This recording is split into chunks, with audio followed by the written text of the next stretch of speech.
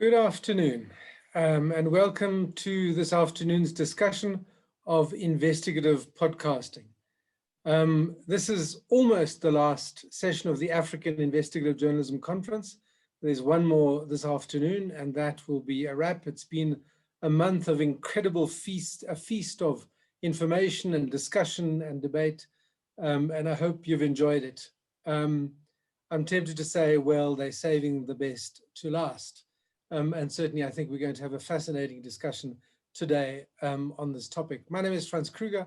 I'm the head of Department of Journalism, who are the hosts and organizers of the AIJC and have been for many years. I've been really looking forward to this discussion of investigative podcasting. I have been listening again to some of the stories that the panelists have produced, and they'll talk in a minute about some of those stories themselves. And really, it's a great opportunity to explore with pioneers, really, of this field, this new way of using the platform. I've been wondering whether to refer to podcasting as a platform or as a medium. Part of me wants to say that it's an entirely new medium. It's certainly not radio. It's certainly not online, or it is online, but it is not the same as what one normally understands as online. And it creates a whole lot of new opportunities for storytelling. It's certainly very different. And these are some of the things I think that we will explore. So with me on the panel today are a number of people who really have done remarkable work. Firstly, there is Elliot Moleba, who is a doctoral researcher at the Oslo National Academy of the Arts. Elliot did some of the reporting and was one of the voices on One Night in Snake Park. And you'll see there the logos to the various podcasts. We'll put the links in the chat so that you can go to them and listen to them if you want. We also have Paul McNally, who is a former colleague of mine here at Wits Journalism and the co-founder of Volume. He has produced 2 seasons of Alibi, which is a true crime podcast. I think the first series was one of the first South African podcasts of this genre to be produced, and certainly won a number of awards. Also joining me is Halima Gikandi, who is Africa correspondent for the World Radio. She's based in Nairobi, and she was part of a team who produced The Missionary. And finally, Dion Wiggett, whose podcast My Only Story attracted enormous public attention here in South Africa just about a year ago. And as I say, we'll hear a little bit more about these various stories in a moment. Please do join in. There is an opportunity to put questions in the chat or in the Q&A. We'll talk fairly generally, and then we'll see where the conversation takes us. Please also remember to join the discussion on social media. If anything strikes you, do share it so that we reach, we can increase the footprint of this discussion. I'd like to start by asking each of the panelists just give us a very quick overview of the story and the project that they worked on. Just tell us what it was about for anyone who may not have heard it, as well, including also particularly any impact or consequences that you may want to highlight. Can I start with Elliot? Tell us about A Night in Snake Park. What was the story? So the story with One Night in Snake Park began, I think, in 2016, when Tanya Pampaloni and Lauren Landau at the Migration Center at Wits were interested in oral histories around the great metropolis of Johannesburg, of xenophobic violence and how it was affecting people. And so they invited writers, journalists to come and pitch stories to them. And I was one of the people invited.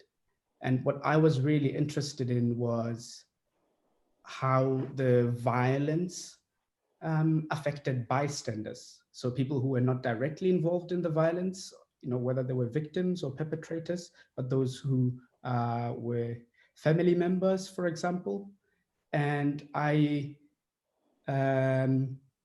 followed up with what had happened in Snake Park in 2015 in January, when Spio Mahori was shot and killed, and what I had read about, how the whole thing had been covered.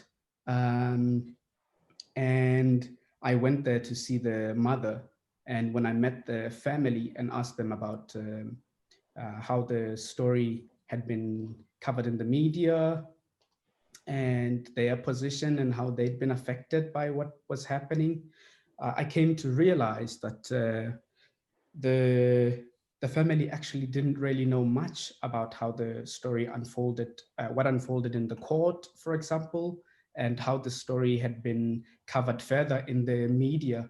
And it became apparent to us as I was talking to the family that part of this was that the journalists would go to the family and cover the story, but never go back to tell the family how things unfolded. You know, some people would make documentaries about the story and then never give the family any of these documents that they were collecting. And so there was this gap and this unethical questions that had happened with the way that the media had covered the story. And the fact that with the court itself, the family were not involved in the proceedings. And when we tried to figure out what had happened and tried to get a hold of transcripts, and Paul will know because he was involved in the initial initial stage of the project. And so we struggled a lot to get the transcripts. And when we finally did, you know, someone in the justice system also told us that, you know, something is quite weird with the way that this whole case had been handled. And so Tanya and I really wrecked our brains to try and work out how we could go back. And so when we met Paul, I think the idea of it being a podcast really came alive, and we were interested to see how we could explore the story using this medium. Thanks, Elliot. So it's really a story about xenophobia, justice, built around the story of the killing of a particular young man in Snake Park. Yeah. So we used that case as a vintage point into the xenophobic violence in South Africa. Sure. I mean, I think that's a really interesting kind of feature of a number of your podcasts. Paul, tell us quickly about Alibi, particularly the second season. Sure. Hello, everyone. My name is Paul McNally. We produced the second season of Alibi in January this year. It was on the back of the first season, which was a possible wrongful conviction. And we were looking to do something that was completely different. So we didn't want to do another wrongful conviction story. But what it really happened was I was doing a number of trips down to Durban and meeting with an NGO called KZNCC, who were doing great work, particularly around assassinations. So they were doing mediations around assassinations. And you know, that was increasingly in the news in South Africa around a place called Glebelands, where these, you know, the hitmen are notoriously supposed to be living and killing other members of Glebelands, which is a hostel. But that felt a little bit impenetrable. It felt like a story that wasn't really easily accessible to most South Africans. And then this organization, KZNCC, they introduced this phenomenon which I'd never heard of, which was the killing of school teachers. So it was this horrifically tragic story of a school teacher who was killed in front of her class. So while she was teaching a matric class on a Saturday afternoon, and two men came in and gunned her down and left her for dead. And I came into the story about a year later, and no arrests had been made. A huge amount of police work had been done, but no arrests. So that's sort of where we picked up the story, and it felt like a good, kind of like how Elliot was saying, it felt like a good in to a much greater phenomenon that was in South Africa around assassinations. And as we picked around at the story, we found a number of accusations that the reason why this teacher had been killed was because of her position. So she was an acting principal, and actually the accusations were that the hit had been ordered by another teacher at the school. So there was this idea of this jostling for power. And from my perspective, that kind of really blew open this idea that assassinations could be completely used in any instance, in any sort of situation, including to kill a school teacher. So we pulled apart the story and we set it over 6 episodes and then released it in January over 6 weeks. And yeah, I think it was a successful project, and hopefully we can talk a little bit more about it later. Great. So there, I mean, the bigger issue that this particular killing illustrated was around the use of assassinations for power, money, influence, those kinds of purposes. Halima, tell us about the missionary. Sure, welcome everyone. Thanks for joining us. My name is Halima Gikandi, and I'm actually one of 3 of the reporters and co-hosts of the Missionary podcast. Some of you may remember last year there was a lot of news surrounding a woman named Renee Bach, who was an American missionary who had been accused of killing babies in Uganda. It was all over, at least in East African papers and widely covered in Uganda and also in American press. So we decided to do what ended up being a 1.5-year long investigation into those allegations. And Renee Bach, she had been in Uganda for about a decade. She ran a malnutrition center for children that ended up growing really large. She ended up getting a lot of donations from the US. And then a decade later, we're seeing on social media and on the news accusations that she herself practiced as a doctor. And so we investigated those accusations, and it really ended up working well. My other colleagues, Rajiv Gola and Malcolm Burnley, were 2 American journalists, and we were able to look at different dimensions of the story, which ended up becoming more than one person. At the beginning, it seemed like it was a story about Renee Bach and this looming question of, did she do it? Did she kill babies? Did she pretend to be a doctor? Did she operate on Ugandan children? And later on, as we reported it more, it became, we got into these bigger questions about the history of missionary work in Uganda, the gaps in the Ugandan healthcare system. And we were able to kind of look at these different environments at the same time by having multiple reporters work on it. And again, it took a 1.5 years, which was much longer than we were expecting. And I don't want to reveal kind of the ending of the story, but it was one of those stories that really became way more than about a single person. In terms of updates of the case, so while we were reporting, there was an ongoing court case, 2 women, Ugandan women whose children died after receiving some level of care at her facility. We were suing this American missionary, Renee Bach, and a couple of months ago, they did actually win in a Ugandan, they did win a settlement in a Ugandan court. Yeah, Halima, I was really struck listening to your description of the town where this happened, where, in a sense, missionary work is almost like an industry, it felt like. And I think that kind of speaks to some of the power of this kind of storytelling. Do you know whether the ruling of the Ugandan court will have authority? I mean, she's in America, I understand. But well, they ended up settling on a certain amount, so in that way, that was authoritative, because at the end of the day, her organization was based in Uganda. So I think in that sense, yes.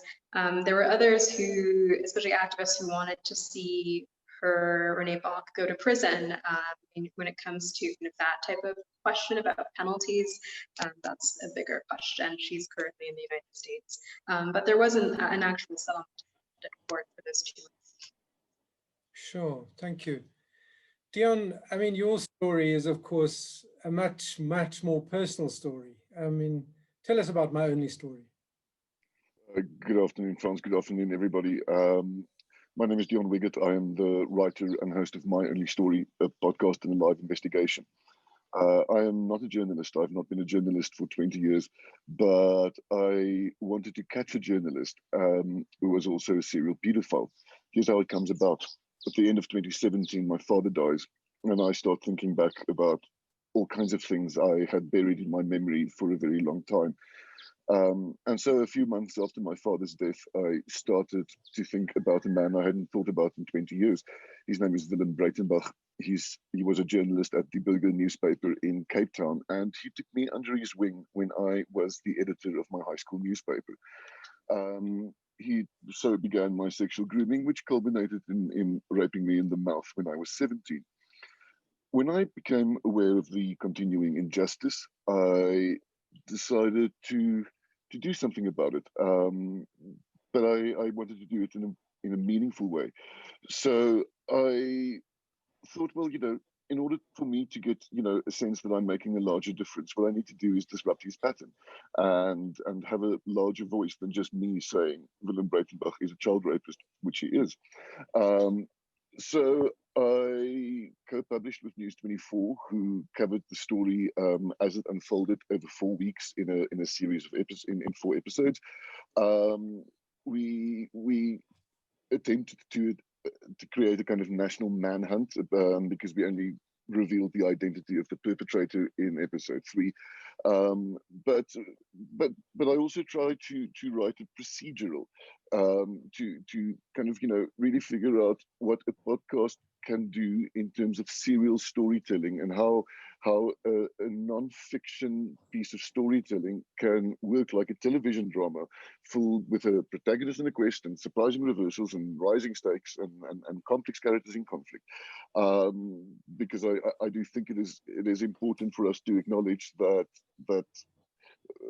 half of the skill or half of the challenge is journalistic reporting, but another half is a whole new style of writing that we all have had to figure out, because it's not just a news story with 5 W's and an H. It's really 1 W where, and that's a location, and then we take it from there. I'm certain to be talking about something that Frans would like to discuss at length or even just briefly, so I'll just stop.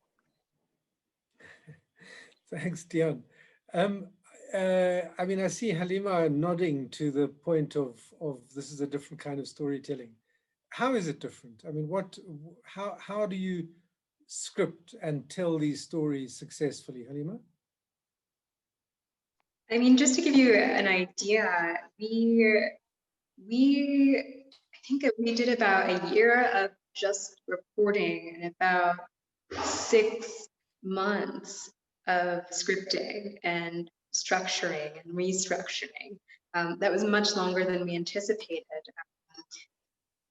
I didn't expect it to take that long, but part of the reason is trying. The first part was, okay, how do you reporting this, which is pretty straightforward, even if it's difficult to get the answers we want or the documents we want. But that's a familiar process for all of us who are journalists. But then trying to figure out, how do we tell this story that's about, accusations decades in the making, but also largely about interpretation, so many different voices and views about what happened in terms of, and from a moral standpoint, and then all of this other historical context. And on top of that, kind of, I mean, this podcast, or the podcast we did, The Missionary, came at a time, a big shift in the way we talk about Africa, right?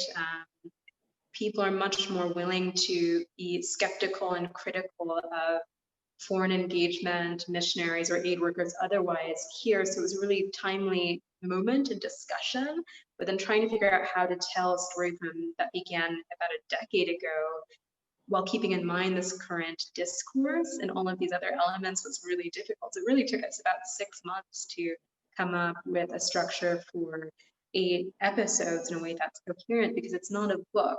I come from a radio background also, where we're normally doing 3 to 5 minute stories, even 30 minutes radio features. That's lucky in terms of time, but how do you tell a bigger, especially more complex and nuanced story, which is the opportunity that podcasting allows for, but it's also the challenge. And so tell anyone, be prepared to take a lot of time and spend a lot of time just trying to figure out how to tell the story that you've reported. Paul, I mean, you've done this twice now with Alibi. I mean, what can you say about this question of turning something into this particular form, writing it for an audio serial, so to speak? Well, I think you need to have a good sense of, like Dion said, like your scenes that you have, I think is crucial. And that's how people kind of process this sort of storytelling. I think also the thing that's interesting is that you're searching for cliffhangers, which is sort of where you start to kind of move away from kind of traditional journalism. So this idea of like looking for where an episode will end and another episode will begin, I think is a huge departure. And it's something that I think some people have a kind of traditional journalist might have a problem with that. Like, I think there's a good ethical debate in sort of the idea of holding information for a cliffhanger, and especially when it comes to accusations and things like that.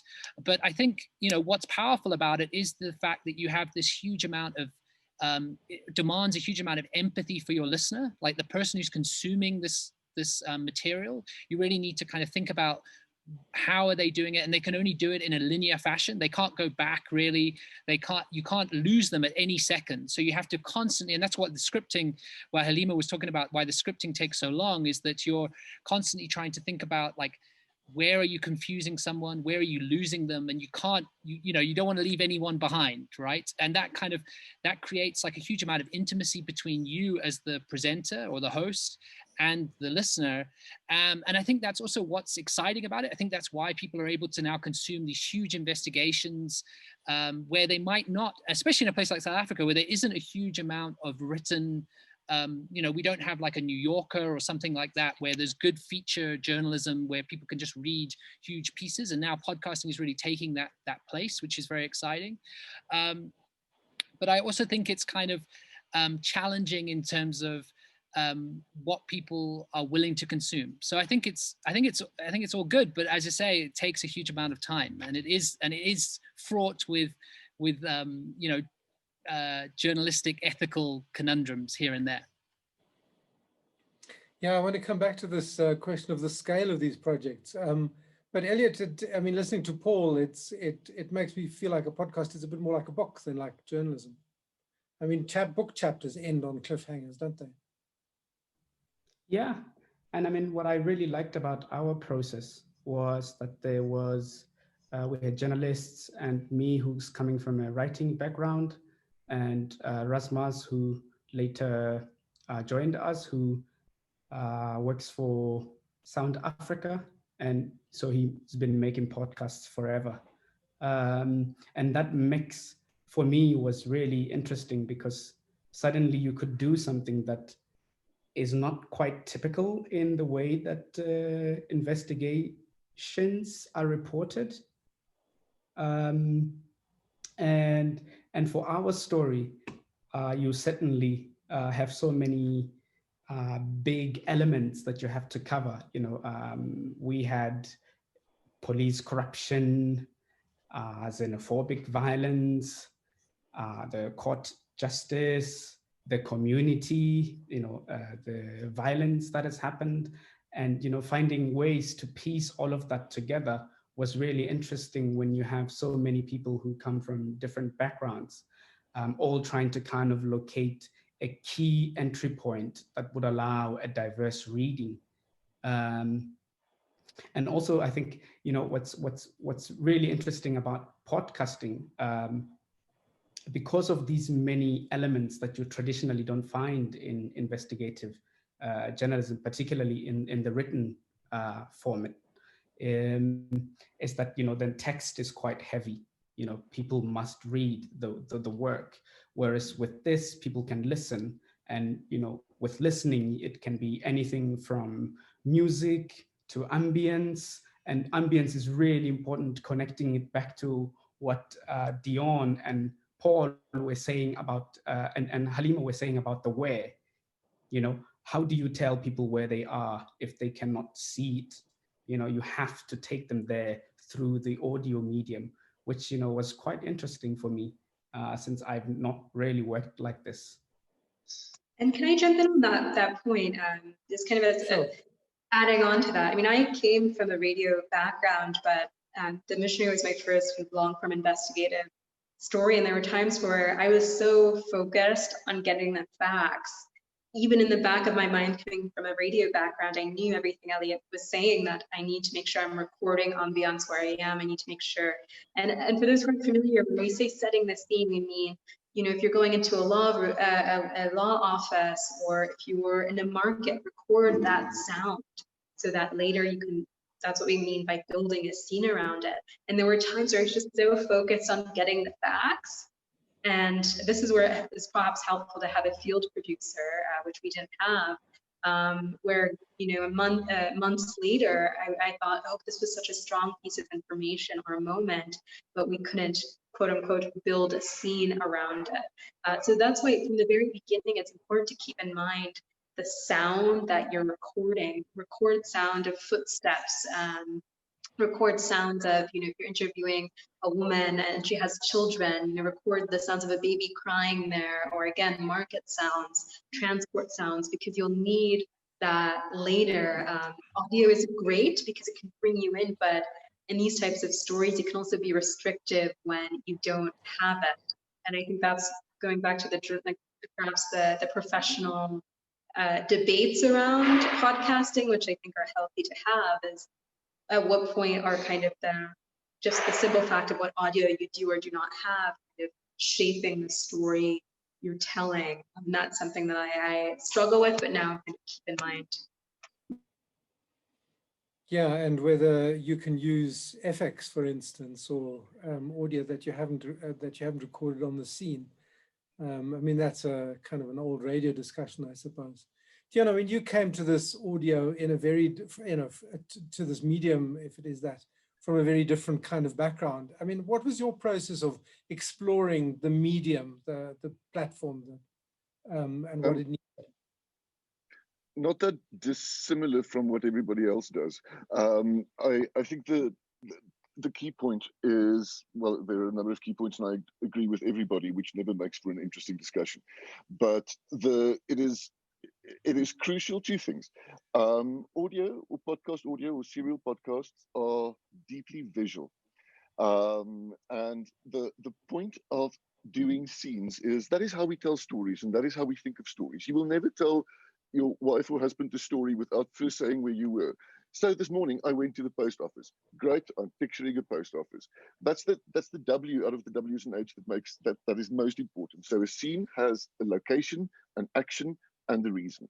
So I mean, I started by reading a whole bunch of books, and I brought some of them along in case you would like me to wave them around. But I mean, I really wanted to be Sarah Koenig, because who doesn't want to be Sarah Koenig? So I started by finding interviews with Sarah Koenig and going like, how did she do it? How did they do it? And she said, oh, well, I learned a lot about, like, we kind of stole the format from television drama. So then I learned how to write television drama, but then, but there's also documentary storytelling and the ethics of creative nonfiction, which is precisely what we're talking about. But essentially, I mean, a scene plus a scene plus a scene plus a scene plus a scene form an act, and an act and an act and an act form an episode. And in like roughly that 15-minute kind of mark in every act, you want to build in a little bit of a reversal or a mini cliffhanger, because that gets your listener to get to go to the. And I started off, I would go to Grey College and I would have tape of myself walking up to the office and going, hello. And I left there going, this is such lame tape. And by the time I got back to Johannesburg, it suddenly helps you put yourself into that universe. The other crucial thing, I think, is in terms of the style of investigation that we get to do in podcasting, is particularly if you write in present tense, which I would strongly recommend, but it becomes a procedural rather than an investigation. If a big by the time an investigation runs in the New York Times, they know everything, and as quickly and as high up as possible, they want to tell you what they found out. Whereas with this kind of investigation, you get to show your listener how you're finding it out yourself. Sarah Koenig wonders if Adnan Syed did it. So Sarah Koenig is the protagonist on a quest, and she wants to know, is Adnan Syed guilty of murder?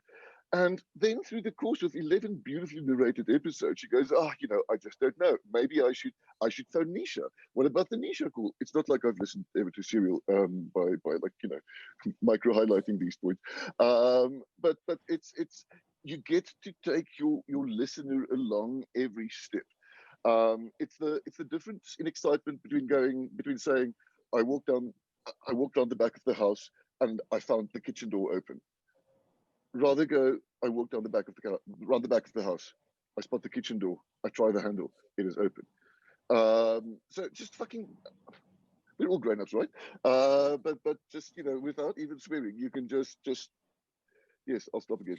So Dion, I mean, you took this process a step further, if I understand correctly. I mean, you launched the podcast before the investigation was complete. You call it an Not active. really, no. Okay. Well, I mean, you can't really just like begin a public shaming without knowing that you will be able to prove in the end that you are on solid legal ground. So I wanted enough permission to warn people against Willem Buitenbach. Before we could embark on that journey, we kind of had to be able to prove that Willem Buitenbach is a child rapist, which he is. Otherwise, it's defamation, or unlawful defamation. So the quest of the investigation was to get more people to talk to me and all of that. But by the time episode 1 came out, we were in a position to identify him already. But then where's the excitement in that? I mean, if you don't identify, somebody for a number of weeks, all ethically done and with the most extreme of lawyering. I mean, I still have PTSD from the lawyering. But it's part of what makes things exciting. Take the listener along on the process, and write in present tense, because it opens up a whole new universe of narration. Sure. So thanks for that. Just a reminder to anybody who's joined us who may not be sure where they are. This is the podcasting discussion of the AIJC, and I'm joined by the podcasters who you see on the screen. Please do post questions or comments. I'd like to pick up on 2 that I see. And there is a question about the optimal length in the Q&A. Elliot, or anyone really, given that podcasts can be any length, how do you choose your ideal episode duration? Asks Roy Blumenthal. Elliot, do you want to respond to that? Yeah, sure. For us, we had identified each episode as main theme. And then it came down to what material do you actually have? What is the most attention span? What you have can be used to really grip the listener. And so we started doing like rough edits to see how long the actual material for each episode was. So it wasn't a case of deciding that it will be 30 minutes and then you aim for 30 minutes, but rather looking at with the content that you have, how much attention can you sustain with each episode? And usually that kind of averaged out around 30 something for us. And so we felt like that was a comfortable length to go for. Paul, how long is the right length for an episode? Well, yeah, it's kind of interesting how the more you do it, the more things kind of even out at a certain point that you want. So I would say we're doing a new series at the moment, which you can all look out for on News 24. It's coming soon. It's called Too Many Enemies. But that they all kind of came out at about 28 minutes each.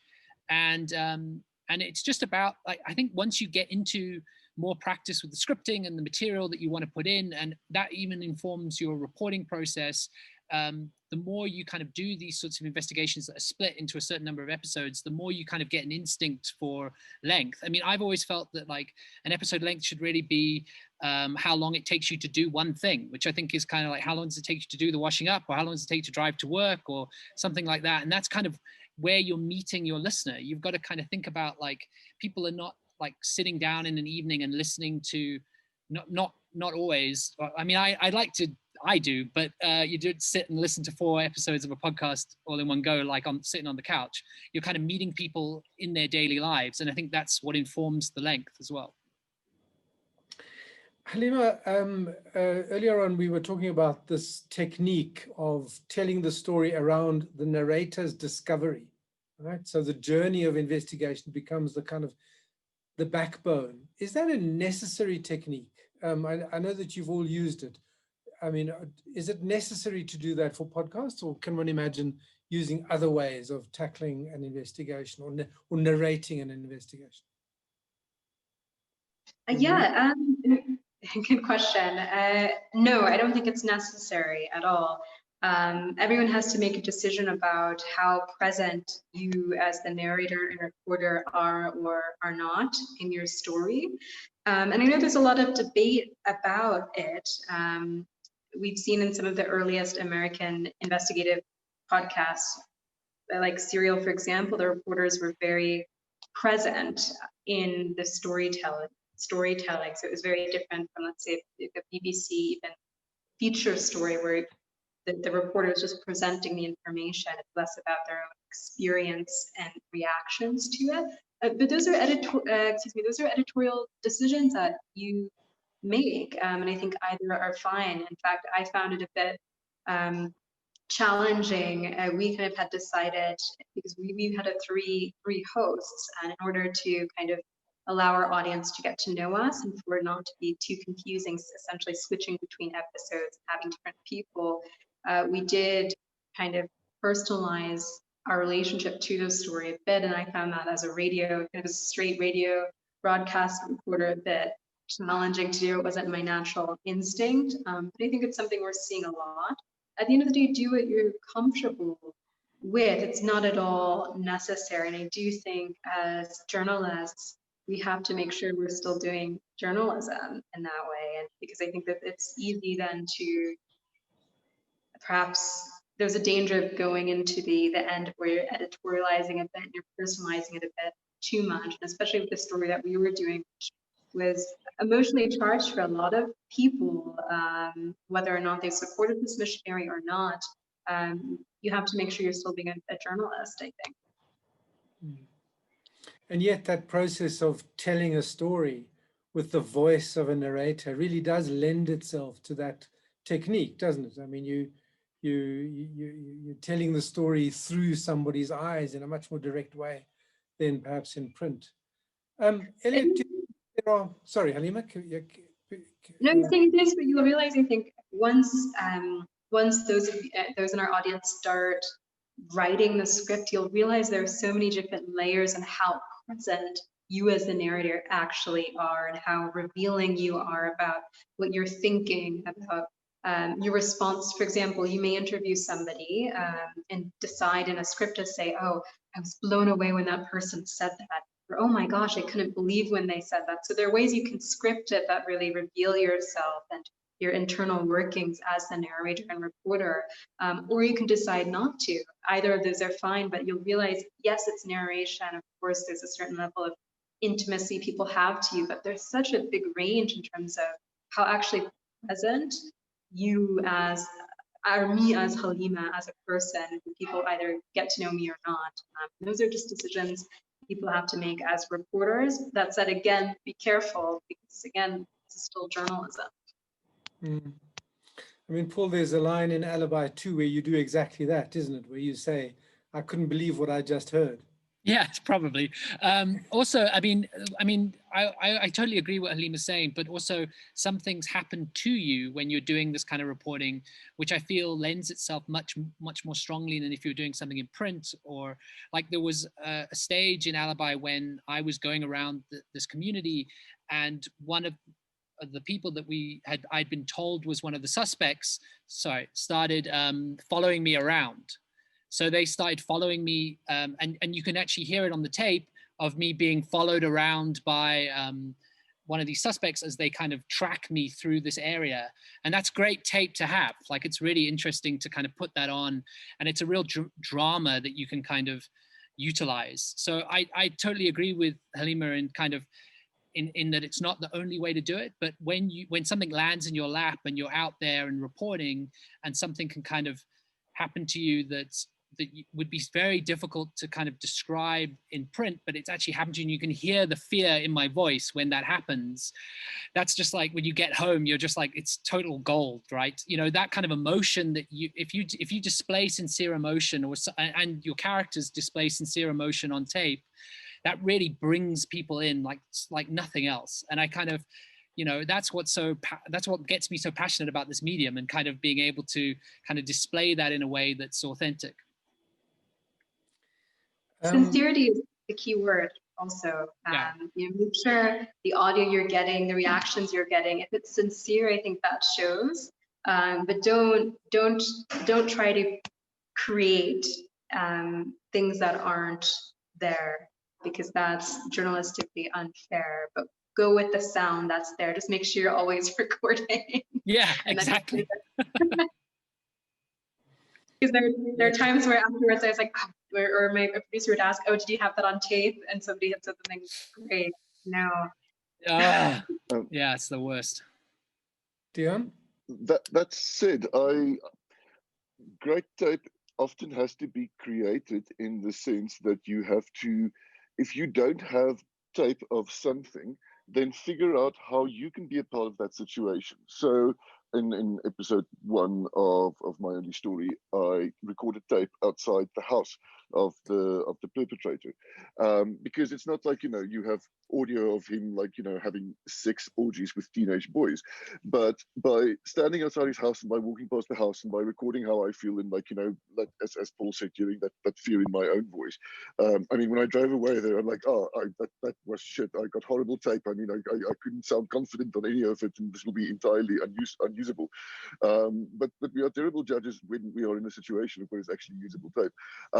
But so it's we have to create scenes, not things that do not exist, but if there's not an interesting audio way of telling it yet, then maybe it's just a failure of imagination. I mean, it's like, what can I, so I'm in, to use Halima's example, I'm in a market investigating pumpkin fraud.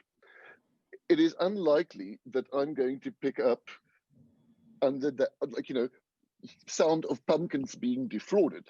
However, I can hear a woman selling pumpkins. I can hear a man asking how much the pumpkins are. I can hear next door a woman selling tomatoes. So then I don't need to say, if my reporting can say that the pumpkins are being defrauded, then that audio is enough for me in a scene to be saying, I'm standing in a market in the middle of Kampala, and in front of me, a woman is hustling for her pumpkins. It's a bit like framing a photograph, isn't it? Exactly. That's a beautiful analogy. And just like setting, I mean, it's setting up the segment of reality that helps your storytelling.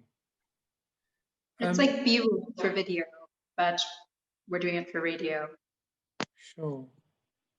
Roy Blumenthal comes back in the chat and thanks for the response on duration. Points out you're basically recording the entire show before you create your episodes. I mean, you can comment on that. I think that's correct. The way the good podcasts play, it's very much what Dion was saying about being a procedural matter. Makes it feel as the podcast episode is unfolding in real time for the producers too. That's the sense that you're creating, isn't it? Is that this story is happening as you're telling it. Elliot, are there stories that lend themselves to this kind of work?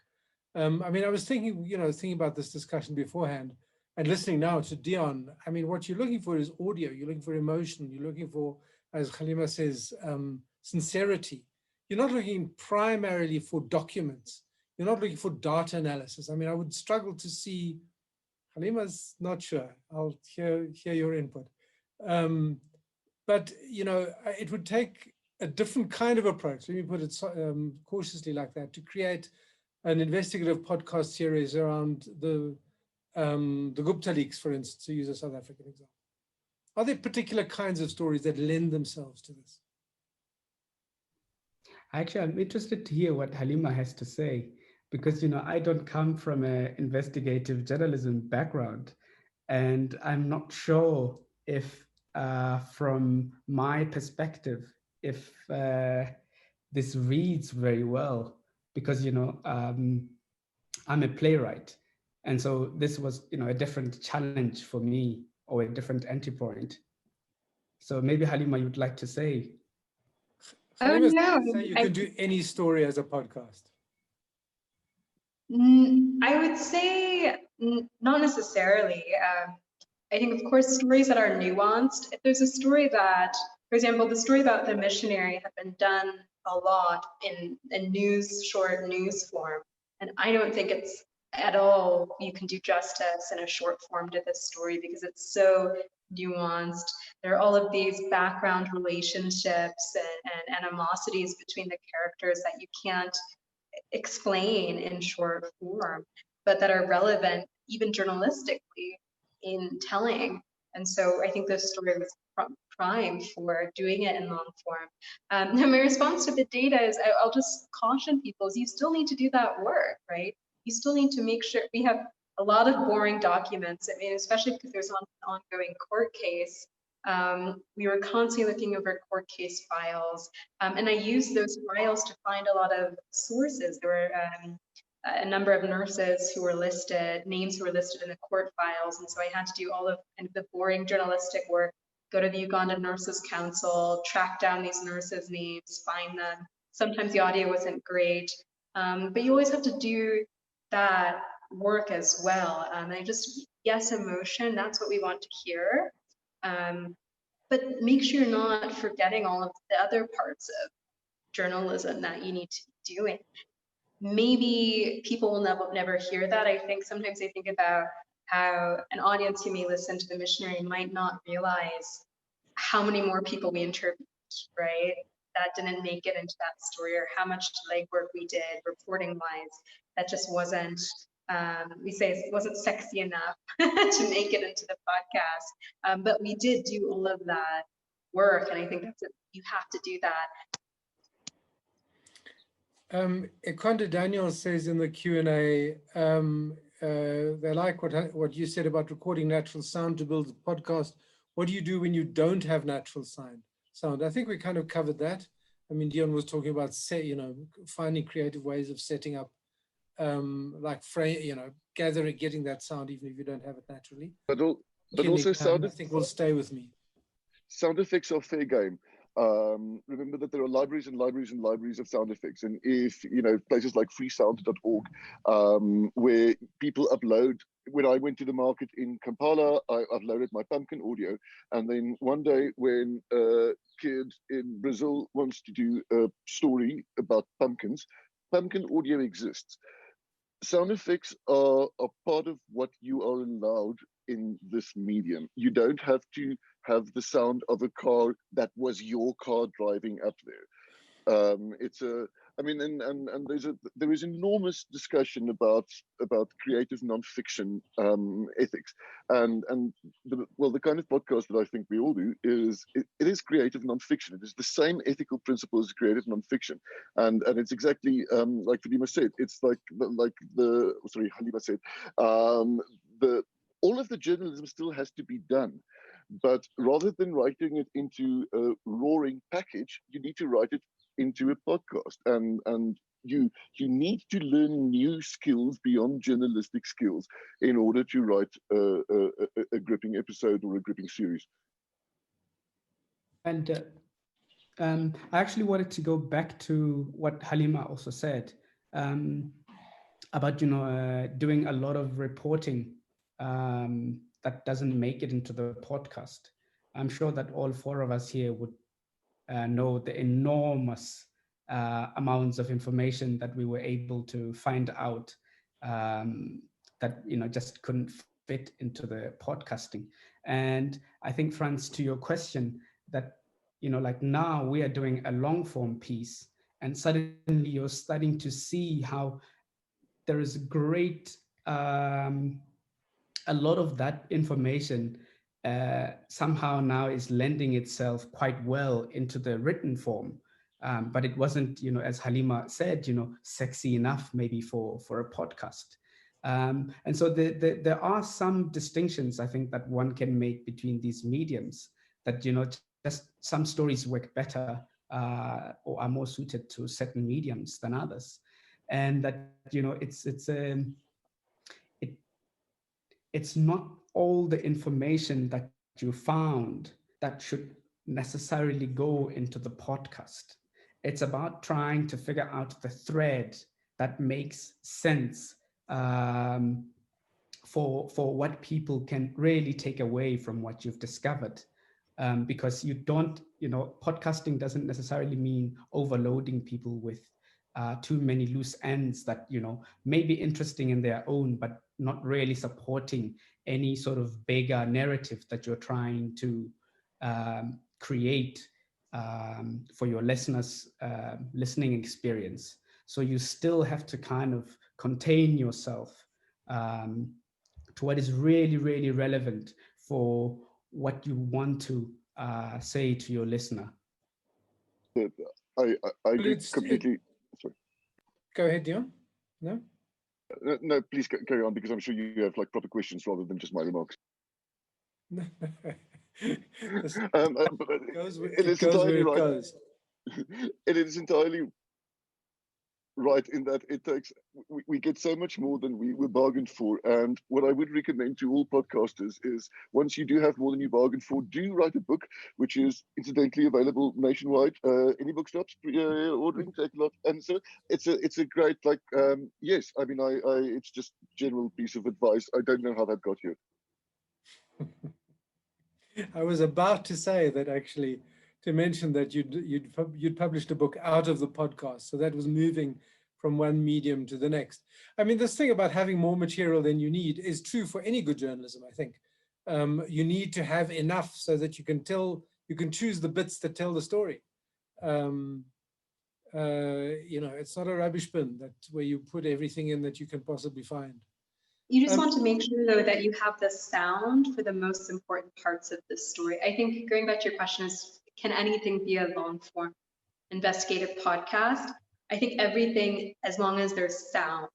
I think the only limitation is sound. So make sure, if you're starting out investigating, make sure you're always recording, because the worst thing is if there's a really key part or moment and you don't have the sound for it. And again, and the most important sound, obviously, is having interviews on the record when you can. There were times where I interviewed people kind of preliminary, and then hoped I could go back and they would be comfortable to go on tape, and they didn't. And so kind of when you're looking at the sound that you have, you end up having to make those choices. And the rustling of important documents doesn't quite do it, I think, in terms of sound. Paul, there's a question in the Q&A from Ish. Tips for somebody who might want to start in this field? Ooh, well, I mean, it goes without saying just to listen to as much as you can, and start with the wonderful podcasts that are displayed here.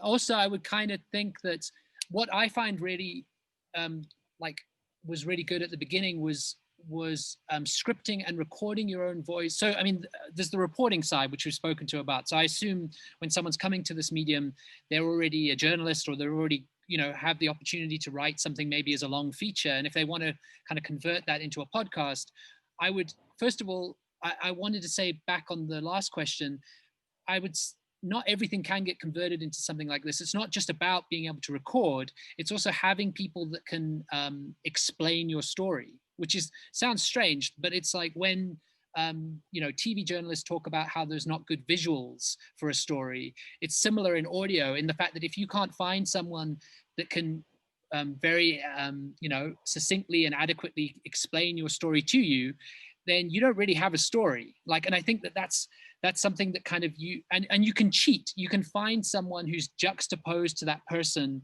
who could maybe explain it for them. Like, sometimes when I've done reporting, you find someone who's, or like, just can't get the words out and can't articulate it properly, but maybe they've got a daughter or a wife or a husband that can do it for them. And then you interview them, and it's kind of like you manage to cheat through that way. But I think that's your restriction, is that you're still working in audio, and you still got to find these people that can tell the story to you. And I think if you're starting out, I think you've got to kind of really want and have a passion to be able to want to tell it in this medium. I think that goes without saying, but also I would practice scripting and voicing, and scripting and voicing. And I think that that's something that takes longer and usually is done at the end of a process, and kind of is something that is kind of rushed often. And you can hear it in some podcasts that have incredible amount of work behind them, but the scripting and the voicing isn't done as well as it could be. And I think if you want to figure out if you'd like to do this, that's the part of the process that you have to kind of familiarize yourself with. Mostly writing for yourself. And some people, it's not my thought, but I've heard it being said that what you're doing is you're playing a version of yourself, like a character of yourself as a narrator, which is kind of strange, but you're not being yourself, you're just being a version of yourself. And you've got to kind of, I think, want to do that, and kind of want to put in the time and the effort to get better at that before you kind of, you can't just be like, I like podcasts and I kind of want to do one. I think it's got to be, you've got to kind of really have a passion for these certain aspects which take a huge amount of the work. So we're practically out of time, but I can't resist picking up that one point that Paul makes and bouncing it at Dion. Were you a version of yourself in narrating the story? I think in all creative nonfiction where you are the protagonist, it's you find an accurate but relevant version of yourself. It's not like I mean, for somebody who's told quite personal stories in a podcast, I don't, there are many, many things that bother me that none of you know about, and you will not going to find out in the book about it either. But I mean, if you think of somebody like Hunter S. Thompson, I mean, that's a very specific and interesting new journalism example. But I mean, it's a great big ethical new journalism question: is what Sure. parts of yourself do you put in and what not? So thanks to all of you. We're practically against the end of the hour. And there were so many doors that you've opened that I would have liked to have gone through. The scale of these projects, funding, ethics. I mean, Elliot made the point about going back to families and so on and so forth, but we really are out of time. But I'd like to say thank you very much for this most interesting discussion, and for allowing us into to have a kind of inside view of this most intriguing and brand new format. Please listen to those of you who are in the audience. Please listen to these podcasts, find them online. And of course, I'm sure that if you want to find out some more specific issues, please do get in touch. Just to draw your attention to the fact that we have one more session coming up in half an hour, Emerging Tools and Techniques. And then Anton Haber will conclude the African Investigative Journalism Conference for 2020. Thanks very much. Thanks to my panelists. I hope you enjoyed the session. The recording will be posted. Good afternoon.